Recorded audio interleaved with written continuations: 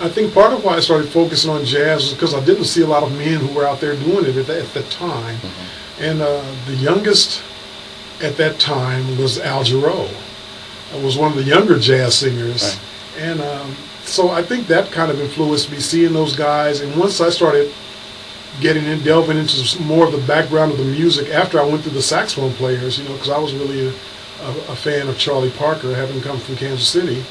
Once I got into them, and once I started learning about some of the singers, and especially, like I said, Al was probably one of the first ones, and I started looking into their background, then I found, John Hendricks and Lambert Hendricks and Ross, and started listening to those singers, even earlier on, like Leo Watson or Eddie Jefferson.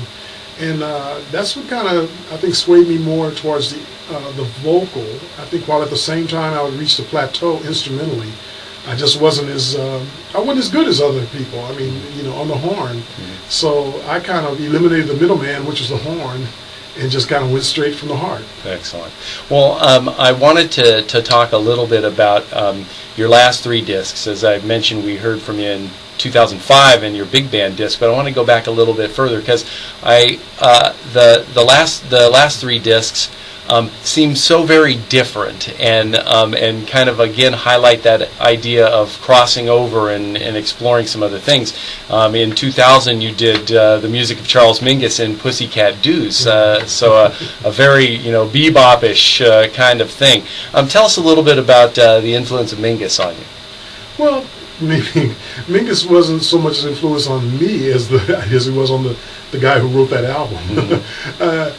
I mean, I did listen to some Mingus. I was aware of him, but it was not quite what I was into until I got to some of his vocal tunes, which were very challenging. And being as I came from a classical background, it challenged me to the point that I thought it would be a lot more fun to do some of those kind of things. So I did some of the Mingus. At one time, I'm not saying I was the only singer doing Mingus, but you weren't hearing people singing Mingus tunes when I started doing that. And so I had the good fortune of working with the radio orchestra when they wanted to do this project. In fact, the guest artist on it was myself and Charles McPherson and Jimmy Nepper. Mm-hmm. And it was a blast to do it. It was very difficult, but it was a lot of fun. Yeah.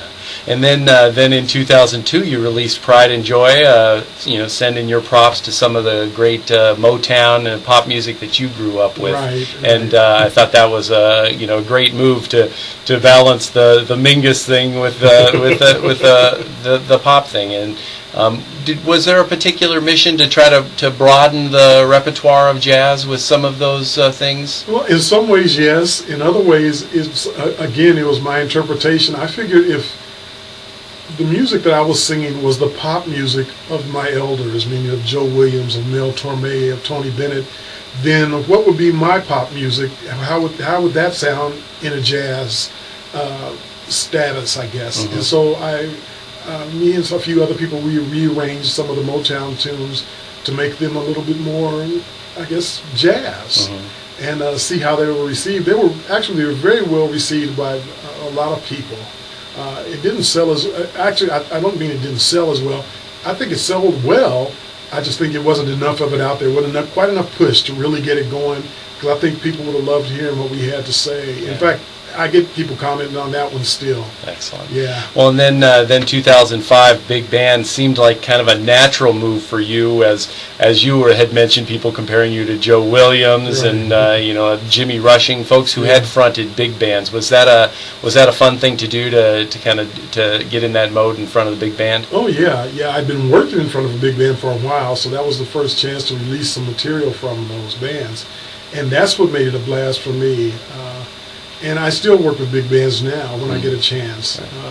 In fact, one of the projects that I do have that hasn't been commercially available is I have another big band project, actually, that we've recorded. And I know we thought about talking about future projects or other projects. Mm-hmm. There are a couple of projects between 2005 and now that actually came out that weren't commercially released. I started my own record label, and we started doing more venue-only sales. Mm-hmm. Because one of the things, we were seeing a lot of the stuff that we released being sold on eBay, resold for this and that, and that's fine. If people get tired of it, they can resell it. But when we started selling things only in the venue, and you can only get it that night, you can't go down the street tomorrow and pick it up, we stop seeing things on eBay and resold because they know they can't just get it any time. So we've actually, since then, I've done 2 Hartman CDs, another big band CD. So I've been working. It's just a little, you got to come out to see me to find out what's going on. Excellent. Well, and then what you mentioned a big band project. What other things are you working on? Are you doing some traveling and playing some things? Yes, we're doing a lot of. Well, this is the beginning of a long trip for me right now. I'm here in San Diego. Then I'll be heading to Hawaii. From Hawaii, I go over to Europe. And I'll be over there for about another 2.5 weeks. And a few of those days, I'm going to be recording a new project that we're going to do over there with a saxophone player by the name of Tony Lakatos, who's a wonderful tenor player. And that should be released in February. Now, right now, it might be in Europe only. We don't know yet. We're going to see how it's received over there before we drop it here in the States. Excellent. Well, where can people find out more information about you and what you got going on, internet-wise?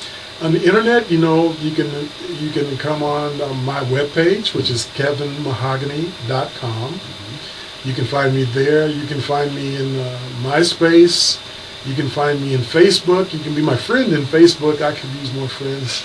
And couldn't we all? Yeah, exactly. I mean, I that's one of my hobbies is playing on the internet. So I'm actually out there.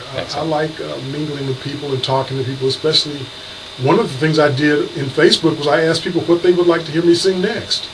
And I've really thought about doing a project like that. Just asking people what they think you should sing, and then doing that. I don't know, maybe call it the internet tapes or something, Well, that's excellent. Well, look forward to exploring that a little bit more. And again, thank you for coming to San Diego and to Jazz Live. Thank you for having me. I hope to see you again. Great.